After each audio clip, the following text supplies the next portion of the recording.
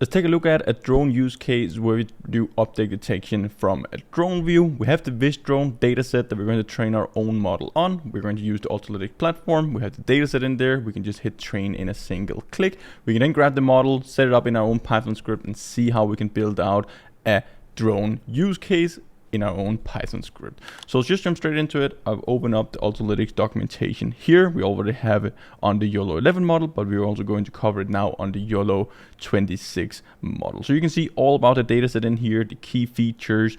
We can see we have almost 40,000 label boxes. This is from an aerial image dataset from a drone. So that could be capturing like traffic, intersections, all different types of use cases, parking spots from the air. So we have around 6,500 images in our training set. We have a few 500 in our validation set, and we also have our test developer split with 1,600 images. You can see the data YAML file here. So if you specify this in the training command, if you run it with the Ultralytics on your own as well, you can get everything here. It will download automatically. You'll have all the annotations. You can just train the model and build the use cases on top of it. You can see how we can use it, sample data and annotations. So we have all different types of pedestrians, cars, people walking around. You can see all the classes up here. So we have bicycle, car, van, truck, tricycle, awning, tricycle, bus, motor. So this is mainly for use cases outside, where we have a drone pretty much like monitoring traffic or people walking around, events, and all those things. So what we can do now is go into the Ultralytics platform. Again, everything will be down in the description, so you can just grab it from there. Here we have a VisDrone dataset. All we have to do, we have all annotations. We can see there's a lot of traffic intersections. We're mainly interested in cars driving around. You can set up some analytics, statistics, line crossings, object counting and tracking based on all these things, and you can use the Ultralytics solutions for that. All we have to do is just click new model. We choose the YOLO26 nano version, but you can choose any of the models available in here. You can set up your project, how many epochs you want to train for. Right now, let's just go for 50 epochs. All the rest we will just leave as standard. You can then choose the GPU type that you want to train on, and this is pretty cool and very easy to get running with. So the cost is less than $1, like half $1 here to train this model for around 20 minutes with 7,500 images.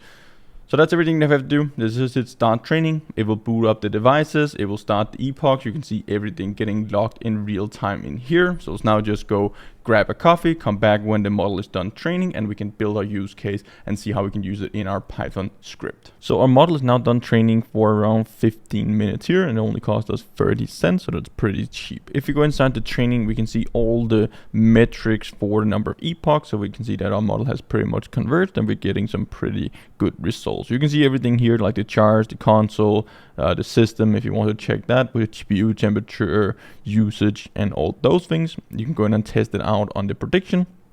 So you can just run an image through. It's going to run the inference, and it's going to show you all the detections that we're getting from this specific image.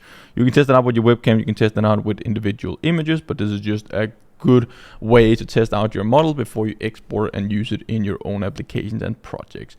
Inside the export functionality, you can export into all these different optimized frameworks directly out of the box. We have other videos covering all the details there. If you just want the PyTorch model, hit download up here at the top right corner, and it's going to download to your computer.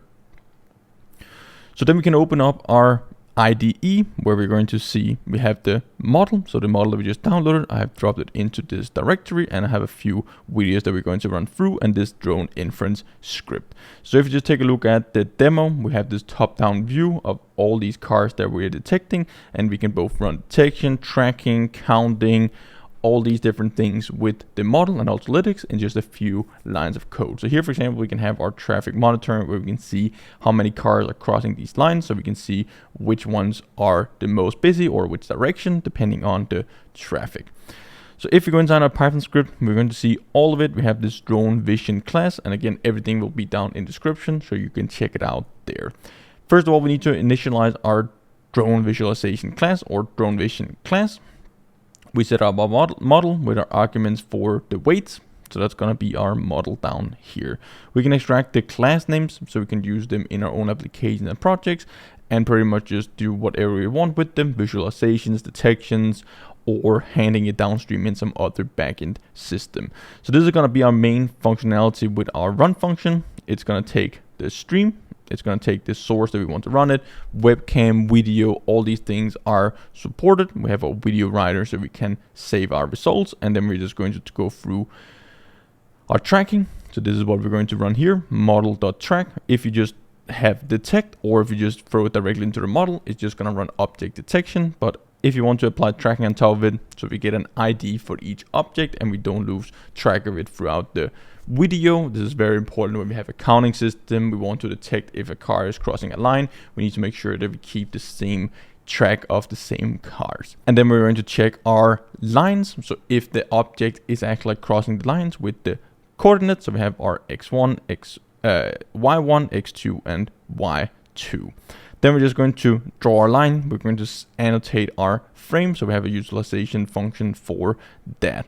So this is pretty much like the main functionality in here. Like the annotate function is just going to annotate the bounding boxes, the classes, our circles, our counts, and all these things as we saw in the demo. So that's what we're going to do here. We're just looping through all our bounding boxes that we're detecting and annotating them. Then we can have our panel, where we're pretty much just drawing all the running per class and the in and out counts as we saw in the video. We're going to run the program in just a second. So this is just some functionality and lines of code for creating the visualizations. Then we have our parser arguments. So this is all the arguments that we can specify if we want to enable tracking, if we want to have counting, also the specific line. So you can specify what line we want to detect. If you have another video, you will need another line for determining what to monitor in the video pretty much. You can specify the custom weights, the source, confidence, and everything. So that's all we need. It's just going to default to some of the things here. So if you don't specify anything, it's just going to default to these values, but you can always change them. So how to run it? We just have our terminal. Make sure you have pip install Ultralytics. We just cd, we need to cd into our directory first. So VisDrone, and we're going to run our Python script, drone inference.py, and then you can specify, for example, if you have our weights, then you will just specify the path. Let me just grab the full path. There we go. And it will then run with that specific model.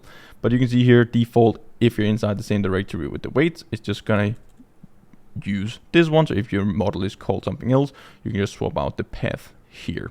We want to run object tracking, we want to run the counting so we can see the full demo, but let's now just run our Python script. So now we can see that all our detections are running. So now we're running our object detection, as we can see here. So we're detecting all these cars driving around. We get the confidence score. We're pretty much detecting all the cars that we have. It's gonna save it into an output file. So this is our video writer. We can open it up in Finder here, and we can then see our output video. So everything gets saved, so you can share it with your colleagues and team, which is pretty cool.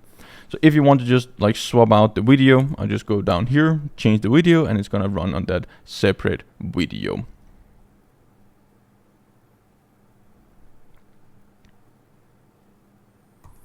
There we go, and we can see it's running tracking as default.